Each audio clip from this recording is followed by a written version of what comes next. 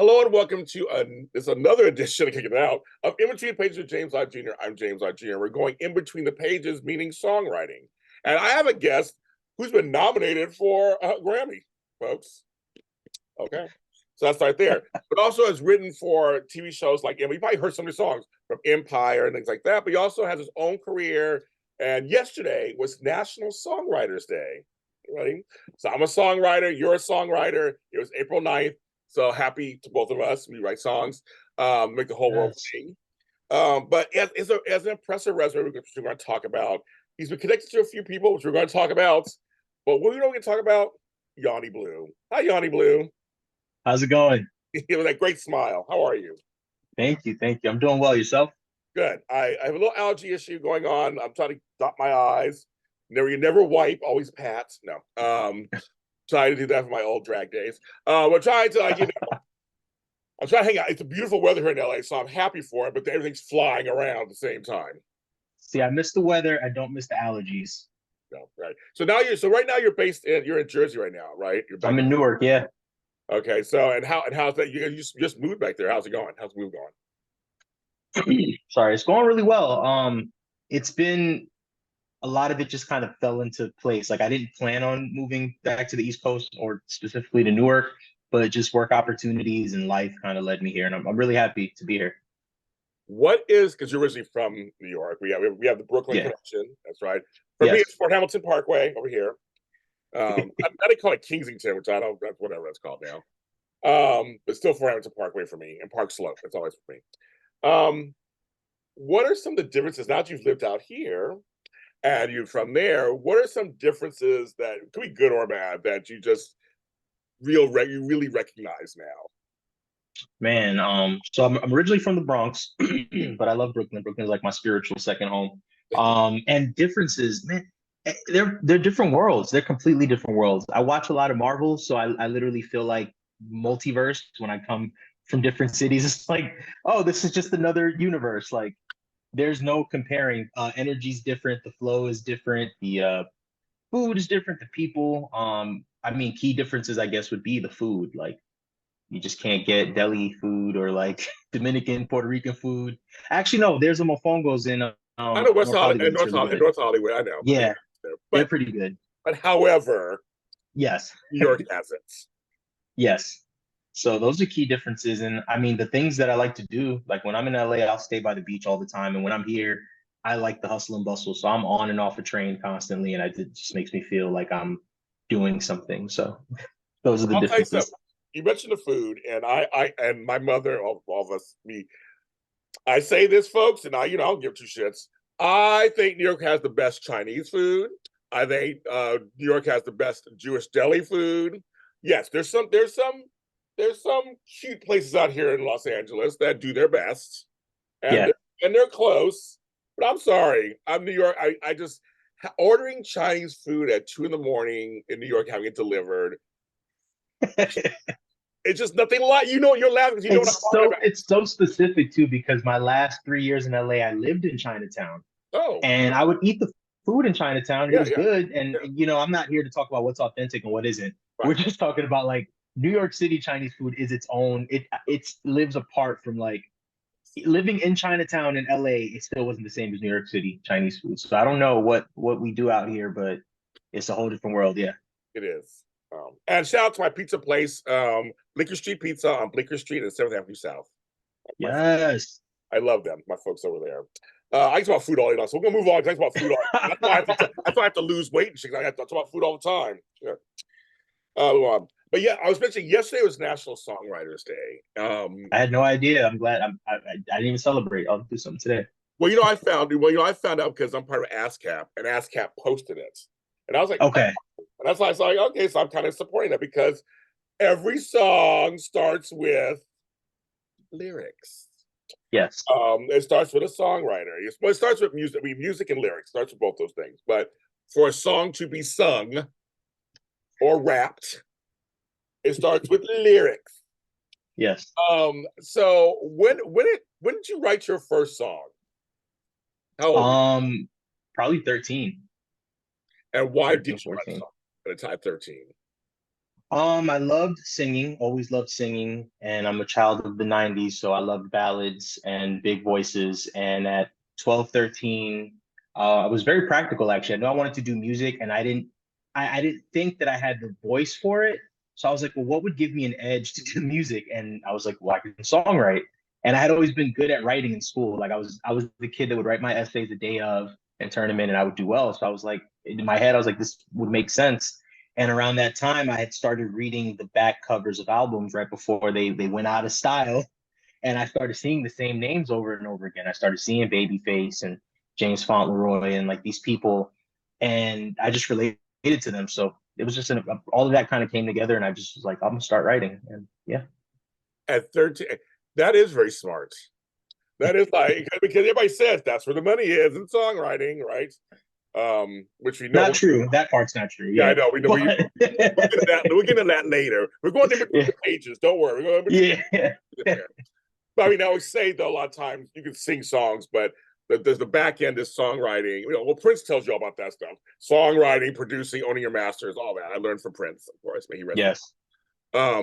Prince, George Michael, all of them. They all Michael Jackson. They were all smart about that. You know, you got to own your stuff. But anyway, that's no story. But for you at 13, it's so funny that you said, okay, I want to sing. I'm just not sure I'm the singer. So I am going the practical route. I'm going to go through the back end and write songs. Yeah. Do you come from a family that's like that, or are you just where you where does that entrepreneurial spirit come from, basically? Maybe being an only child and just having a lot of time to whatever I was interested in, I can really dig into. So when it was music, like I said, I was reading album covers and I had a boombox that I would like sit next to and listen to Z100 and Hot 97 and TRL and 106 in Park. And I would just see like when I would think about like a Chris Brown or an Usher, who I love both of them. And I was like, I can't dance and I can't sing that well. But I'm looking at this Confessions booklet and I'm seeing Robin Thicke and I'm seeing Rico Love and I'm seeing all these writers, Brian Michael Cox, Jonathan Austin. And I'm like, what are these people doing? And it just kind of clicked from there of like, well, I can't beat Chris Brown in a dance battle. Maybe I can write a better song than him. So that's kind of where it started. We're about the same age. So he was the person for me at that age of like, oh, this is what this looks like if I want to pursue music. I got to be Chris Brown. So that was kind of how it started. But no, I mean, obviously controversial figure. But I always say this: Chris Brown was to me could have been the next Michael Jackson, so to speak, in terms of Yeah, certain stuff hadn't gone down because he was super for sure. talented. I mean, he could do all kinds of music. He was super talented, could dance, could sing, could kind of rap here and there. He could do dance music, pop music. So I mean, very much was the man. And still is super talented, but to your But point, oh like yeah, yeah, just he's still sort of, life choices and stuff, like for sure, but his path sucks. But yeah, he was definitely one of those people because, like I said, I grew up on Usher and Justin Timberlake, but me and Chris Brown are the same age. So when he came out, him existing just made it accessible. It's like, oh, this is a kid and he looks like me. And I grew up back and forth between New York and Virginia. He's from Virginia. So a lot of that spoke to me at the time. But again, just kind of comparing apples to oranges. I was like, I don't know if I can, I'm not a Chris Brown, but maybe I could do this thing. So that's kind of literally how I got into songwriting. And I've always loved it. So it was an easy thing to commit to. So were you just writing songs? Was you also doing demos for yourself? Like were you recording back in tape? Back then we had tape recorders and shit. Were you doing that or yeah, you know how I'm talking about. Yeah, yeah. So I again, super practical. I'm a child of the MySpace era. I got on MySpace and I Your top my eight, your top eight. right, I had a top eight. MySpace had a classified section. I don't know if a lot of people remember that, but they had like a classified section. And I literally just went on there and was like, hey, I was about 15 at the time when I finally started looking for places to work out of. So, hey, I'm 15. I want to be a singer or a songwriter. And a group reached out to me, an R&B group. They were all a little bit older than me. It was three guys. They were like in their early 20s, and they were like, "Hey, we need a fourth member." I auditioned, and that was how I started working on music. Pretty much, like as far as recording, I was at a big studio in the middle of Queens at 16, recording with these guys, and that's how I sort of started to cut my teeth on music. And how'd your parents feel about this? Oh, my mom hated it. I'm sure She I'm saying hated it. Caribbean parents. I'm going to just want to see what were they thinking about this? She hated it. My mom is awesome and very supportive of my music, but just a single mom, and it was scary. Like I was going to school. I went to a high school where I was very involved in everything. Like I went to the Eagle Academy, and I was in a million things. And then on top of that, I had the nerve to want to run out of school every day at 6 p.m. and take the train 2 hours from the Bronx to Queens to record music. And she was just like, "What the hell?" And in hindsight, I'm pretty sure the studio was owned by like drug dealers or something. So I think all of that, I think she tried her hardest to like kind of protect me, and like we butt heads, and but she came around. I think it wasn't the music she was afraid of. I think it was just me being 16 and doing all of that back and forth on the train was too much for her. So yeah, it was a struggle. Uh, Becoming an adult, so you graduate high school, you become an adult. What was next for you? You graduate high school. Um, so I went to college. So by the end of high school, my mom had found out about me being gay and kind of pulled me away from everything just because she wasn't sure what it was or what was influencing me. So I kind of got pulled out of everything and just decided to go to college for like marketing, which I hated. But which is crazy because that's the majority of my life now. But while Of course, of course. Yeah. right. But yeah, I went to college for 2 years at this like community college. It was terrible. I flunked out, but during that time, I got into blogging, like music blogging. That's back when everybody's music would leak. So that's when I really started to learn about every songwriter, all their demos, and I started running a blog. And then through that blog, I got into music journalism, and that eventually pulled me back into recording music as a songwriter and pursuing it. So, part of your research, I'm sure, over the year, like when I say research, listening and stuff, reading out covers, were you looking at people like Holland Dozier Holland, Burt Bacharach and Hal? Were you looking at like the famous classics, Carole King and all that? Like you were looking at all of them, plus the ones like Teddy Riley and Jimmy Jam, Terry Lewis. Like, were you like, what was your experience like when you looking at songwriters? Like, were you just what was your kind of thing back then? I lived in the bubble of what was popular for sure at that time. A lot of the names you mentioned, more in the last like 5 or 6 years, I've started to get into. But in that immediate moment, and it was also I went to high school, I went to college 2008. This is when a lot of the songwriters were becoming artists. So I had Neo and The Dream and Esther Dean and all of these people immediately within my vicinity to look up to. So I kind of had that tunnel vision of how their careers worked, and in my head, I just had it set where like, okay, I guess I got to get a hit on like a bigger artist first, and then I can have a career if that's what I want, because that's kind of what I saw. Those are the people I was focused on. Babyface, of course, Pharrell. I loved a lot of producers as well. Timbaland, Red One was huge for me at the time. Ryan Leslie, speaking of MySpace. But yeah, I was very much committed to like my little bubble of what was popular at the time. Okay, Dark Child. Yeah, yeah. So we always laugh every song. He's One like of my heroes. every song he was in there. Dark Child. Like, of course. Yes, for sure. One of my heroes. I'm a big Brandy fan, so yeah. Yes. Rodney was definitely on my list for a long time to work with.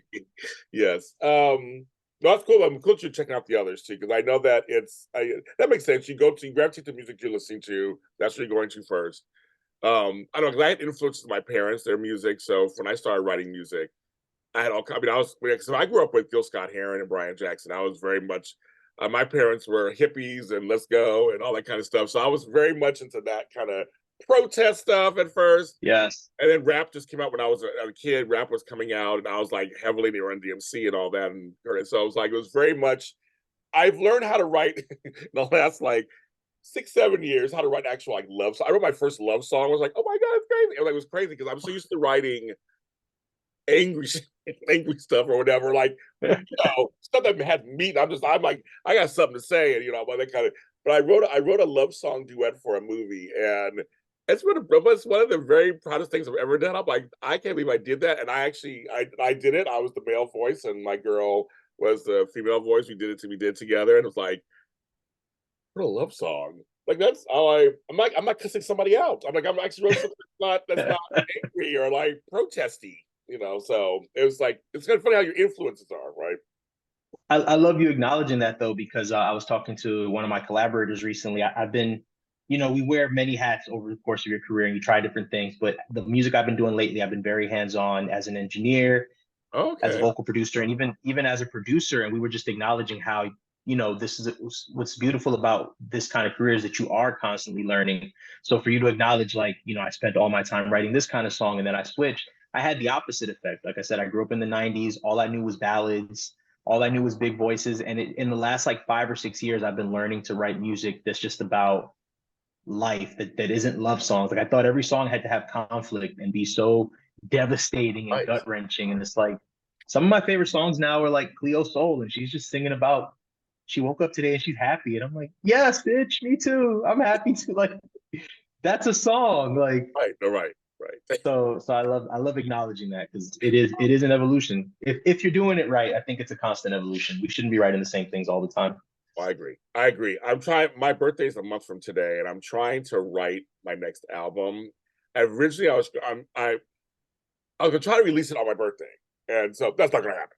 I'm Don't just do that. I'm not. I'm not gonna. Birthday albums are I'm the not worst. gonna. I did that 2 years ago. It was the worst. Oh, what's it? Tell me about it. What went down? It's just releasing is a lot. I mean, you put things like if I'm the kind of person that I'm never in the moment, unfortunately. So on release day, I'm not like it's out. I'm like hit up a blog, hit up a. So it was my birthday. My album came out. I think toward like the last month of it, I didn't really get to do the promo I wanted.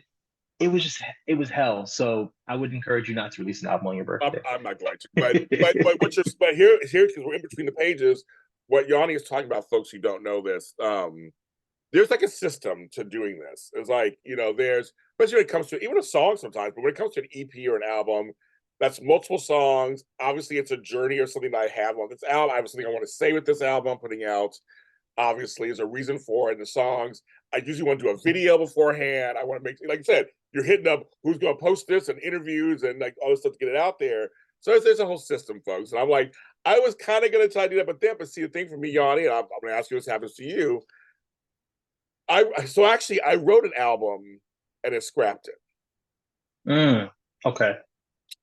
I had 2023 was one of the roughest years of my life in terms of family stuff. And so I wrote this happy album.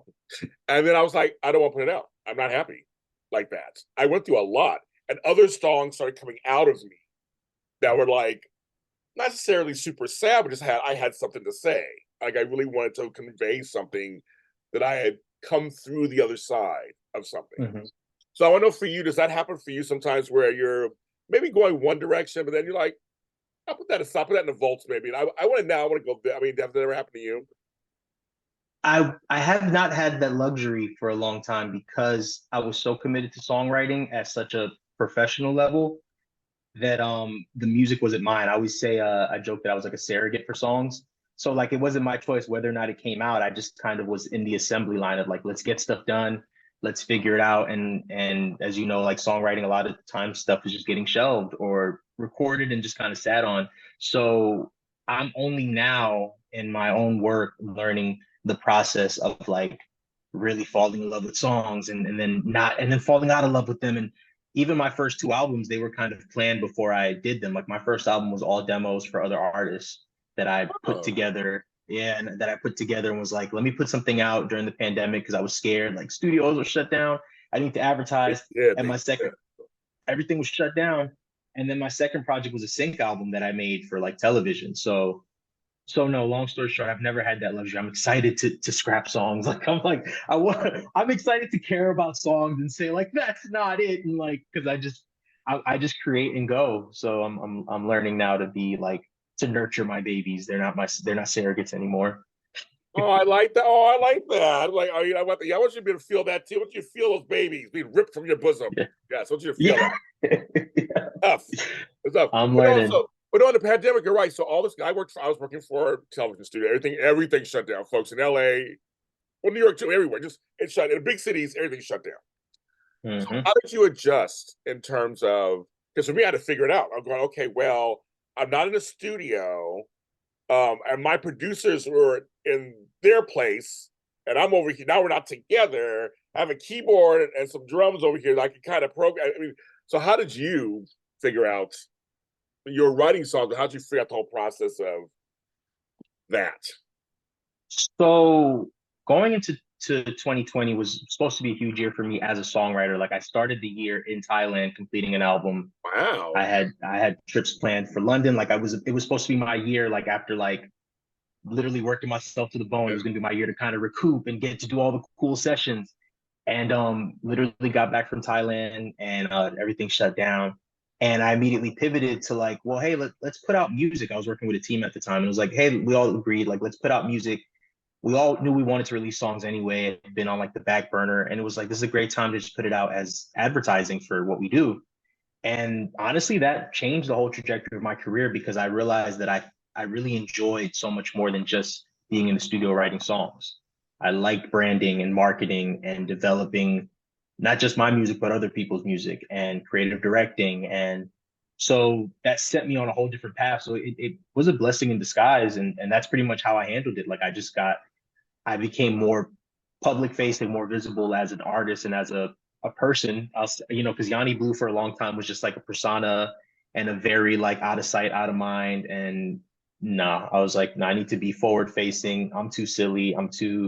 I like talking. So it empowered me to just kind of come forward and like realize I can do both. Like I can be an artist and help other artists and probably make more money and be happier and more stable and all those things. So that's how I navigated the pandemic. So it definitely saved my career as far as like I have so much more fun now. But isn't that funny though? 2020 was my year too. I have a word for every year. I'm one of those people. And my word was stage. I was actually going to go on stage, back to stage again. I had some gigs lined up in Hollywood and stuff. March 17th, 2020. It was like, no, bitch, you ain't going nowhere but to your house. That's what you're gonna be doing. What stage? What stage? You mean Zoom? That's what you're gonna be doing, James. Yep. So I know you feel, but then it did change where other opportunities came to me that I'm thinking maybe they would have came to me if I did the other thing. Like Yeah. like it's I like your attitude about it. It was just kind of like, yes, that shit happened. It was not great. You had some things you want to do, but your career actually flourished, right? Yeah.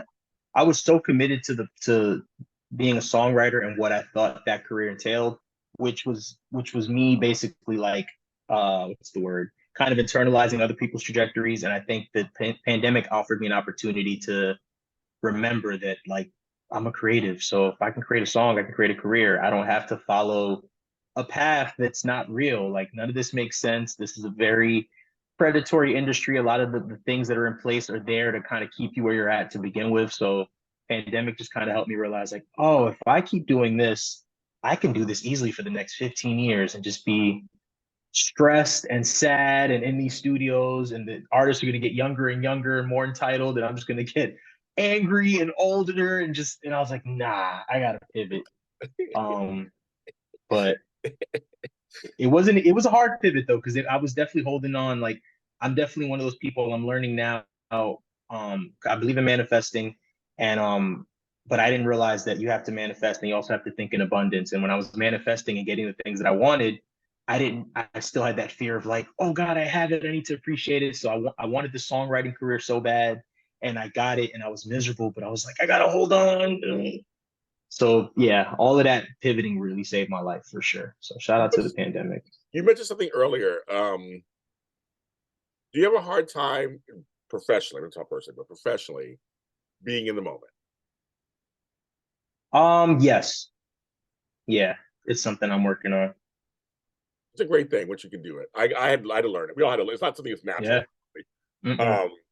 We have so many different things going on. People don't understand that there's so many, like you said, I'm trying to promote this, I'm trying to do this over here.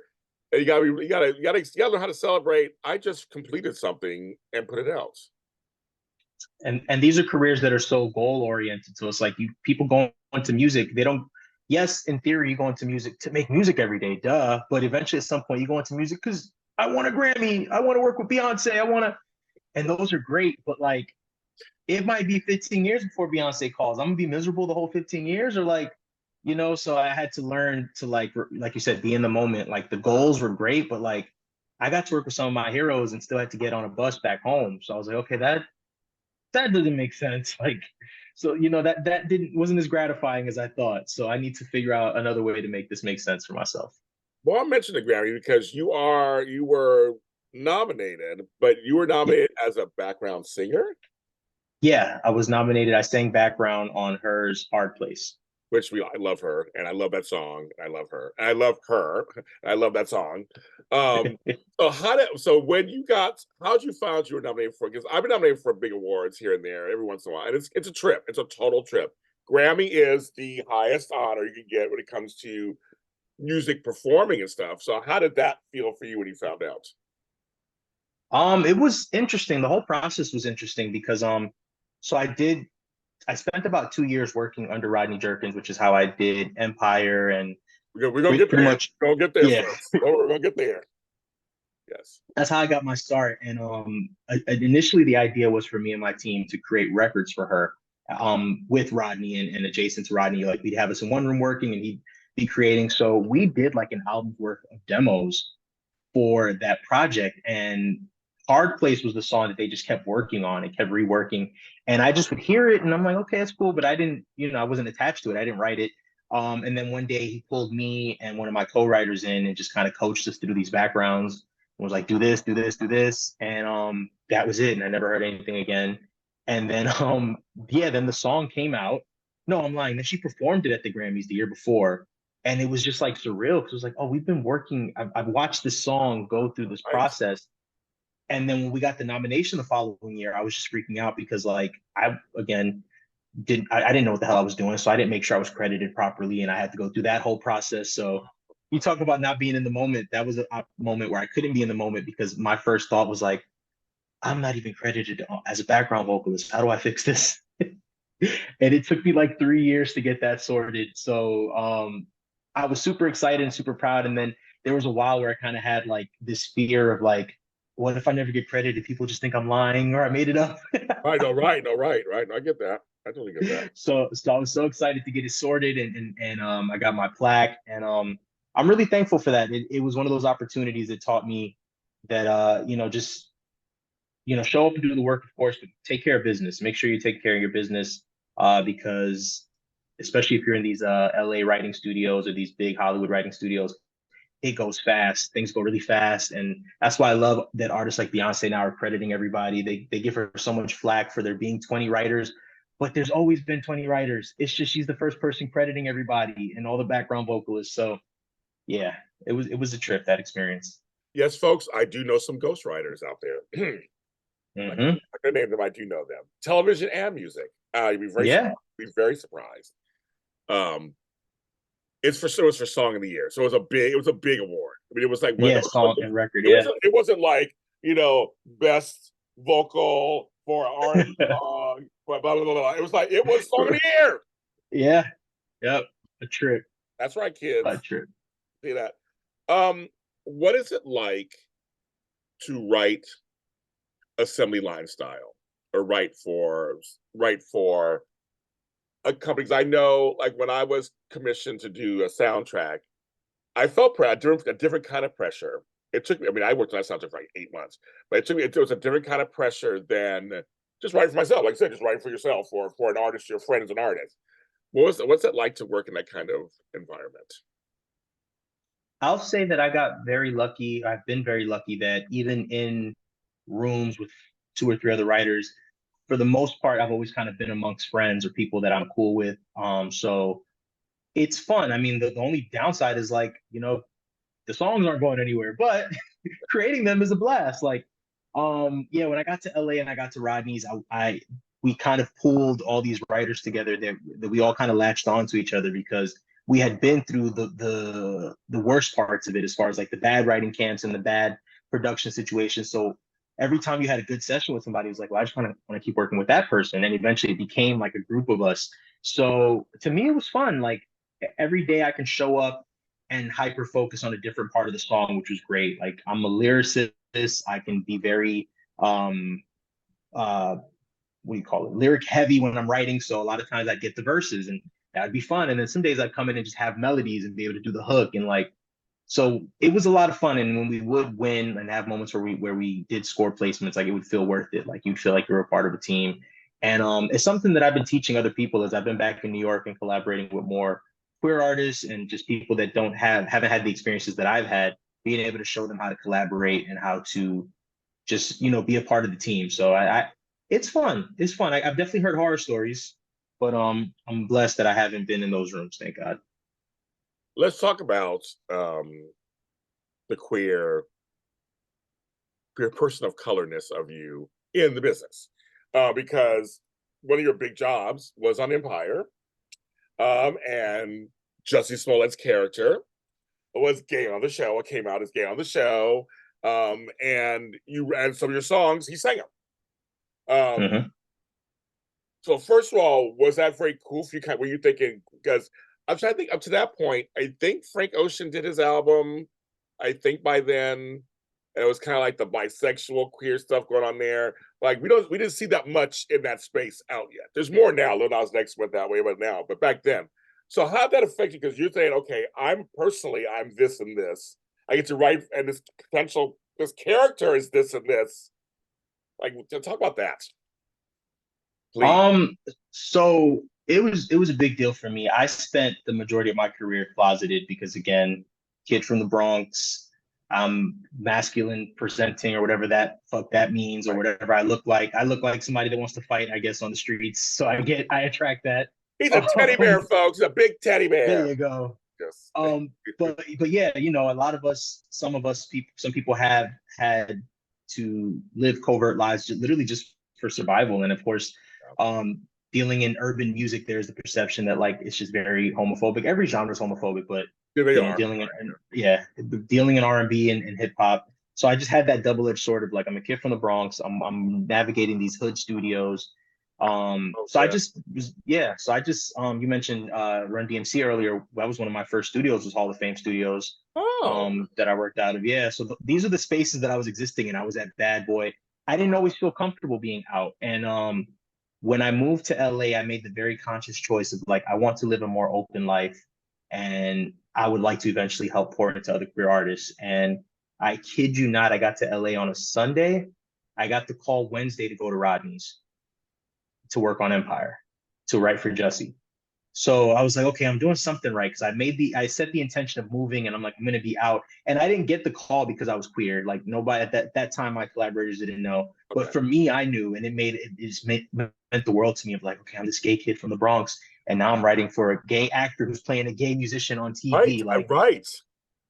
Like it was the biggest thing in the world for me. And if anything, I wish I had gotten a chance to write more for him, or I wish that they had been more intentional about bringing in more queer writers to tell his story, because a lot of times I was the only person in the room, and I would see that pattern go on for a while when it came to projects that were queer centered, or even like something like a Renaissance album that's pulling from ballroom and house. And while the album that we saw has a lot of those people, a lot of the rooms didn't always have, queer representation. So writing for Jussie was huge for me at the time, because it just felt like alignment. And I had reached out to him. I didn't get to actually sit with him or write with him. I just wrote what I wrote. And, I really wanted to connect with him at the time, because I was like, this is revolutionary. Like you don't get to hear about the queer writer writing for the queer artist, like, and then of course his career took a different turn and we never got to connect, but that moment has always been special for me. I'll say this, folks, and I don't care whoever. I've always said that I feel, I don't give a shit. So I always felt that Jussie was someone, if that certain stuff hadn't happened, he was probably on his way to being a huge crossover artist, meaning openly gay, openly black. I don't know, being funny with that, but openly gay and black, good looking, and he can act and he can sing. And I thought he was on his way to, we have a lot of white gay actors, singers out there who do crossover, i.e., Neil Patrick Harris, something like that. I mean, and they're good. I mean, nothing against them at all. But I just think that I thought Jussie was one of the few that I thought, because Empire was huge. You have to remember at the time it was huge. I watched it, loved it. I called it Dallas in the music business. I thought it was very, very Dallas to me, and that's a compliment. And I thought Jussie's character was something that people were accepting him. That's what I think it's why that went down hurt, because, and you had a chance to write songs for him. Why do you think his voice worked with your songs? So we're going in between the pages. Like, why do you think they worked? I think our tones are similar. for sure. So I think my songs are just probably in his register. Like I had to like there were some demos where I thought it was still my voice on them just because our voices are so similar. We sing in such a similar space. And I don't know, I mean, going back to intention, like I think I just put a lot of intention into wanting to be a part of that character's story. So I would assume somewhere in the ether that connected. Yeah, I don't know. I think it would be the vocal for sure. And I was very intentional. And I love writing for television and for film. Like they would send us kind of briefs on what the scene was about. And I would write, I would input stuff from the scene. Like I was very intentional. So I think that's probably why. Um, can you explain to folks at home again, so we get into weeds, what you say register key? I think you both said it a couple times. Like, can you explain what that is for people who don't know? Yeah, just everybody has like their tone, how your voice naturally sounds, and usually good songwriter artist duos, it translates really well. Like Babyface writes really well for Toni Braxton because of the tone of his voice, and she sings so low, so it translates. Jonta Austin is an exceptional vocalist as well as a good songwriter, so that's why he works for artists like Usher who have the range. So yeah, that's pretty much just like we just sing in a similar space. I don't know if that's a good explanation or not, but yeah.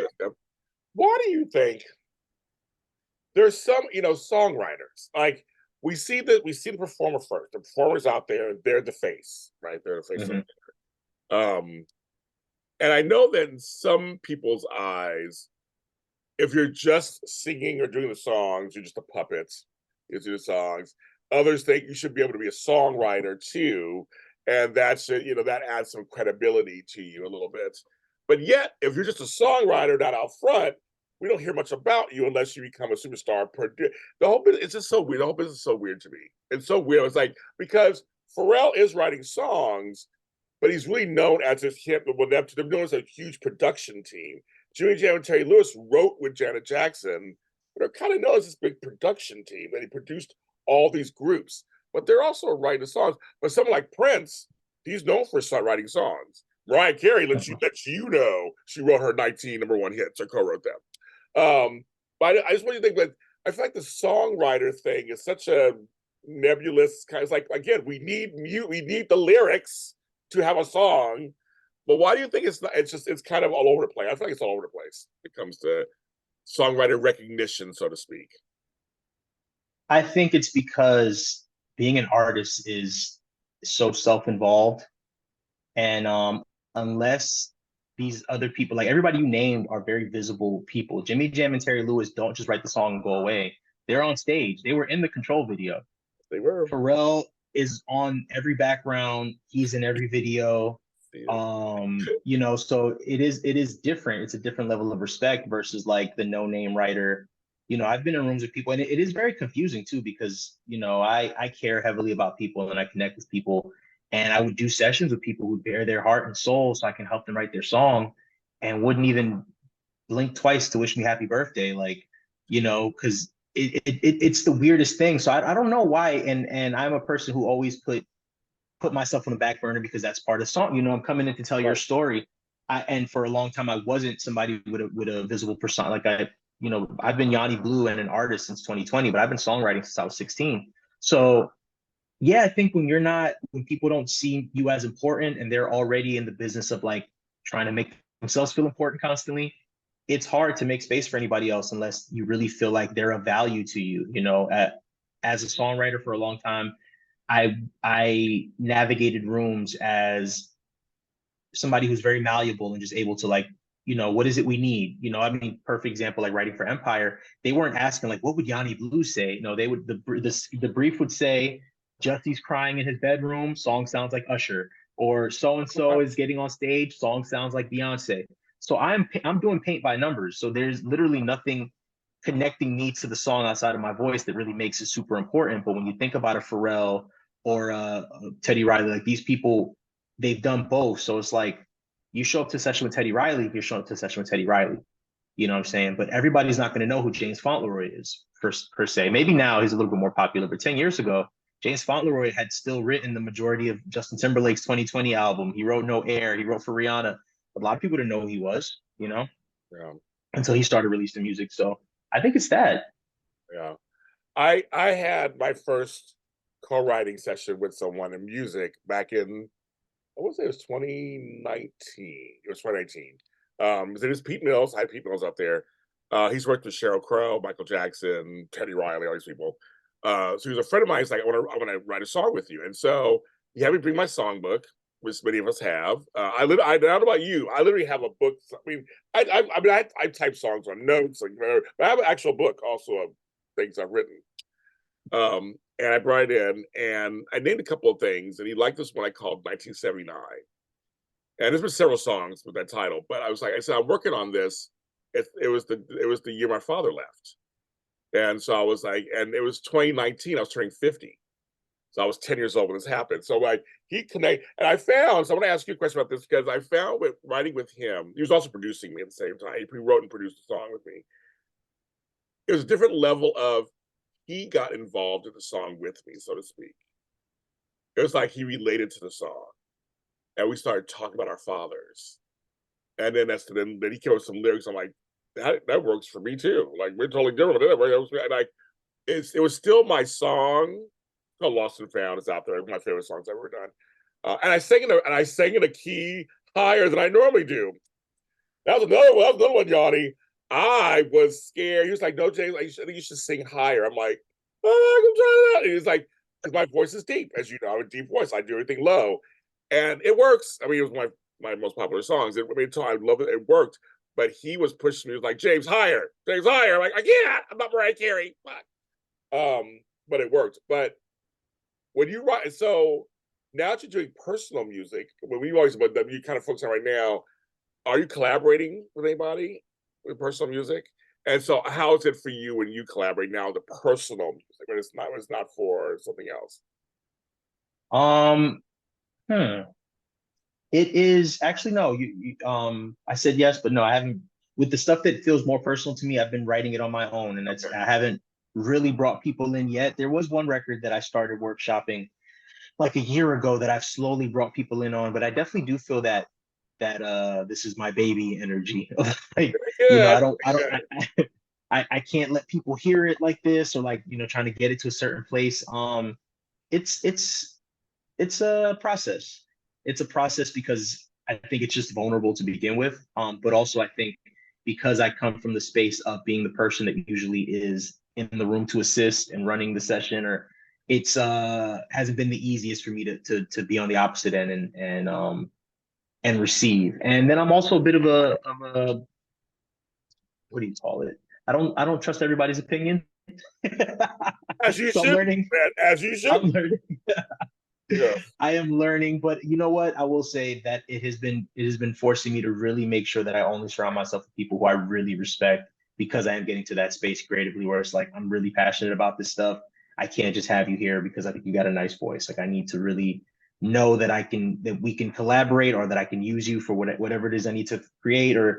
But yeah, it is a process, and I'm glad you asked that question, because I'm acknowledging in this moment that I'm the last year has been me experiencing all of that for the first time, and it's been a lot of fun.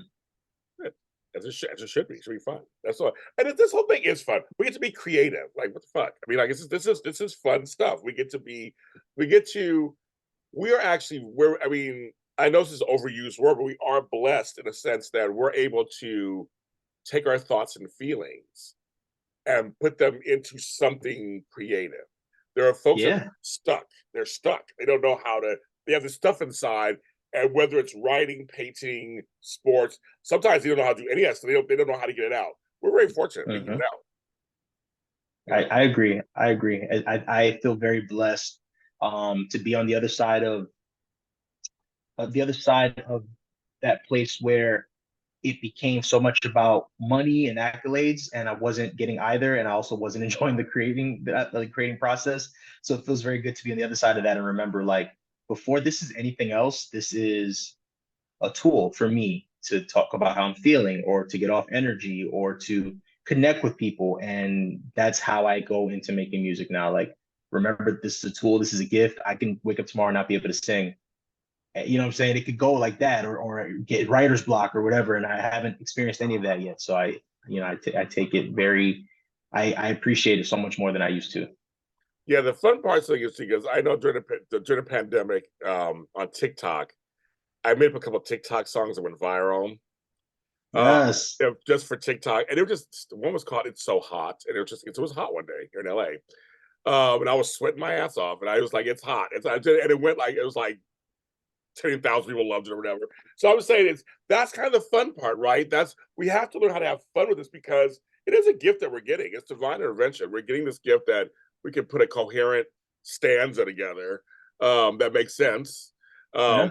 But like it's a gift. Everybody can do it. I think it's something that we have to. And I'm glad you're learning this to be in the moment, enjoy.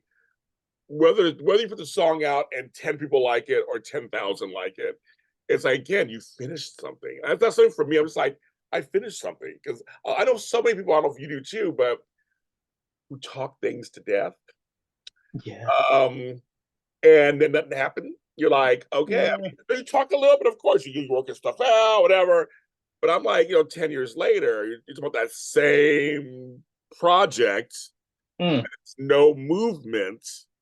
Nope. It's like, I don't tell. I mean, it's like at least. I mean, people go, "James, you're like I'm not fearless. I just go forward." And I think you're the same way. You just kind of you get an idea. You want to start a podcast? Start a podcast. You want to do this? You do that. Like it's almost like you just have to kind of. We're fortunate in today's society and with technology, we can do that. Yeah. And it's a muscle too. I think you have to get used to just kind of releasing things, creating and releasing. And I've been blessed that like I said in this last year, I've been learning to write more for myself and things that are more personal. But at the same time, I'm also working on like a sync project, which a lot of times isn't the most well thought out music or the most dynamic or the ideas that I wouldn't keep for myself. But working that muscle while working the muscle of like writing for myself simultaneously has given me a different level of release where I can leave a sync session and get 4 songs done and I just feel good that I got 4 songs done. I don't care if I'll never listen to it again.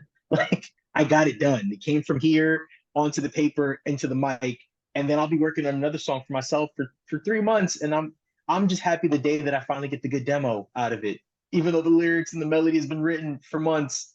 So yeah, I guess I say all of that to say that I'm grateful for all of it. Like all the versions of it that I'm experiencing right now are very useful for me, and they all are kind of doing this. Like I'm seeing the worlds kind of coming together and just being in a space of just enjoying what I'm doing and being able to release it more often is great. Yeah, but you're funny you say that. There are songs in my past that I listen to every so while. Others I never to since. This is how it is, some of your children like better. Just kidding. I have children. I do have a better daughter now. Just I don't know. It's crazy. So we connected through a friend, Mike Brown.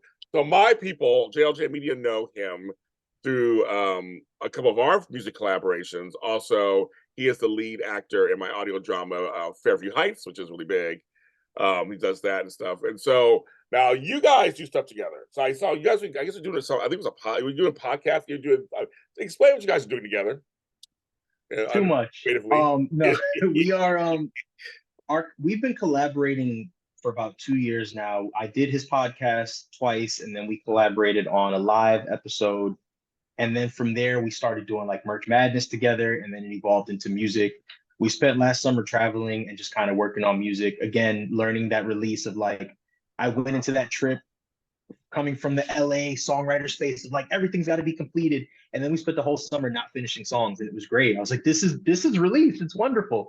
But no, we got through that phase, and now we're at the place of like things are feeling more complete and we're putting them out. So we decided to do a podcast this year because we did Merch Madness again and wanted to document the process as well as just talking to creatives who are doing the work of trying to monetize their art, whether it's through merch or books or whatever. And in the midst of that, we ended up finishing a song that we started last fall during like a writing camp. And it was just like, let's just package it and put it together. Like, this is what we do. He produced it. He's rapping on it. I rap on it. I sing on it. And it was just like, let's put them both out together. And that's what we did. We dropped the podcast on April 1st. It's called The Creator's Toolkit. And the single's called This Shit Hard. It's a rap record. It's the theme music for the pod. And yeah, we got a couple other things in the pipeline. But right now, the podcast, we're right in the middle of the season, and it's been a lot of fun. So the Creator's Toolkit, what is the essence of it? Pretty much, again, just helping other creatives find different ways to monetize their art, and not like we have the answers, because we don't, but just having the conversation, like, how are you doing with merch? Where are you selling your merch? We spoke to one artist who's like, I've been selling my merch on Amazon. It's actually been working a lot better for me than Etsy. Or other creators who've told us things like, I had to start creating with intention because I realized I didn't like the stuff I was making. And once I started liking it, more people started buying it. Or people that are a little bit more practical, like, hey, I run this kind of company, so it made sense to do a book. And like, so it's just a ongoing conversation amongst creatives who are at the point in our careers where it's like, I love what I'm doing, I'm having fun. Now I'd like to invite a little bit more money into the conversation, but not lose my integrity. And I think that's been crucial in navigating these conversations. It's been that balance of like, how do we monetize? How do we create? How do we build and still love what we're doing? Because there is that fine line, where you might stray too far one way and all of a sudden, I don't like what I'm doing, but it's making me a ton of money. And nobody wants to exist there. Like I always say, I want to win with stuff that I like to make and stuff that's easy to make, because then I can do it a million times. But if I don't like this shit, Right. I don't know if I can curse on here, but if I don't like this, I'm gonna be miserable. So that's been the essence of the Creators Toolkit. Very good. I like that. I know I saw that. My thing is, yeah, exactly. You don't want to. Sometimes you can't help what becomes popular in your world, but you can control what you do with it. So what you do afterwards, and I think that's very important to know. I think some people chase what was big for them. That's not always doesn't always make you happy, and also, folks, you really can't chase the money. That's my advice to everybody. You can try. I mean, so it's good to work hard and and go for it, but chasing it, man, I always say just do it, and then the money will come chase you, will find you. Yeah. I'm coming out of that phase of being super calculated. To go back to like you asked me about how I started writing, and I was very practical in that. I've navigated a lot of my career being very practical, but sometimes that takes away the soul of what you're doing if it feels so calculated. So I've been really inviting going into projects now just with like, does this feel really good? And then figuring the rest out on the back end. And I would, if there was a time in my life where I was supposed to win or thrive or do whatever, I would want it to be in this era, because I'm making things that I genuinely stand behind, and I'm not worried about like, is this a regular R&B song? Is this podcast? Like, I don't care. And then that used to be my mindset of like, no, it needs to be like this because this worked, and I don't care anymore. I'm enjoying everything I'm making. So I think also as part of being in LA. LA is very much a hustle town, and you really don't have to hustle. That's the thing. Just do what you like, and the rewards will come. I always say that. It may not come tomorrow, but they'll come. They'll come at some point. They do. They come unexpectedly usually. That's what happens. yeah. They come unexpectedly. Yeah. And as I've navigated and met more and more people, the people that I truly admire, the lives that I truly admire, and the careers that I admire are from some of the most easygoing people. And I realized that they weren't chasing anything. They just got really good at what they do. And, the universe started working in their favor. And I'm like, okay, I've done the rat race. I can reward myself with a couple of years of just hyper focusing on just what I like without all the extra. Well, I'm rooting for you. So I said, Thank you. So that I'm rooting for you, rooting for our strong Black men out there doing something positive. YawnyBlew is the name, folks. Do not forget it. I have to ask before we end, where did the name come from? Yeah. Okay. So my name is Johnny. My real name is Johnny. And I used to be YawnyBlew. And if you had asked me at the time, I would have told you the most complex story about the blue in the sky and the ocean and all types of shit. But during one of my bouts of being overtly calculated in life, I burned out. And when I decided to come back to music, I was like, I want to do this and be happy and be joyful and not take it so serious. So I chose a name that just felt stupid. I was the kid that was always, I had about 10 internships at one point. So people would joke that I was YawnyBlew because I was always tired. So I was running from the source to bad boy to, so it felt silly. It's a name that reminds me to just kind of be silly, be easy breezy. But the little essence of calculatedness in me chose it also because it's easy to search. So it all kind of came together. Johnny, James, common names, right? Yes, yeah, that's very good. That's very good. I love that. YawnyBlew, you can find them. Where can they find you? Where they want to find you? Yeah, YawnyBlew.com, YawnyBlew, and then at YawnyBlew on all socials. And I'll put that down below in the descriptions, of course. Thank you for being on my Yay. show. Of course. Thank you for having me. This has been a lot of fun. Thank you. It has been. Thank you. Same here. I'm James Lott Jr. and I'll just my music's are out there too if you want to. But you also go to soundcloud.com/James Lott Jr. to hear all of my commercials, some of my audio work, and my music. A new album is coming, folks. It'll be my 11th album. Kind of crazy. Nice. I'm gonna work it out. Not my birthday. Not my birthday. No, Not my birthday. don't do it. I'm not gonna do it. I'm not gonna do it, y'all. I'm not gonna do it. If I do it, come slap me. I'm not gonna do it. No, it won't be done. I'm making sure I want this album to be exactly what I want it to be. So coming new music coming soon from James Lott Jr. also. But support the arts, whatever they are. I say this all the time on here, but I really do mean it. When it comes to whether it's writing or painting or dancing or acting or singing or rapping or spoken word, support the arts. The arts have been known to help in other areas of life in terms of education, health, wellness. I mean, there's so many different things, culture. And when it comes to music, support the indie artist. We love Beyonce, Cowboy Carter, got it. We love it, love it, love it. But there's a lot of people around, and one of the things that's happening with her is it's bringing out the people who are other Black country artists. Check them out. See if you like her. Check them out. See what's going on. Check out the indie R&B artist or the rap artist. Check out YawnyBlew. Check out James Lott Jr. Check out our friend Mike Brown. He has music out there too. Check out people that just you may not know. If you're on Spotify and it says you may like this, click on it. Yeah. You know what you'll find. So support the arts, and we'll talk to you next time.